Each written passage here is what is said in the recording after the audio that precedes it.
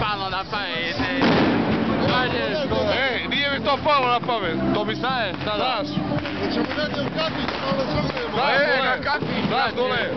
Nije mi to palo na pamet, to mi ne silazi sa pameti. To mi ne silazi sa pameti. Ja sam lud. To mi ne silazi sa pameti.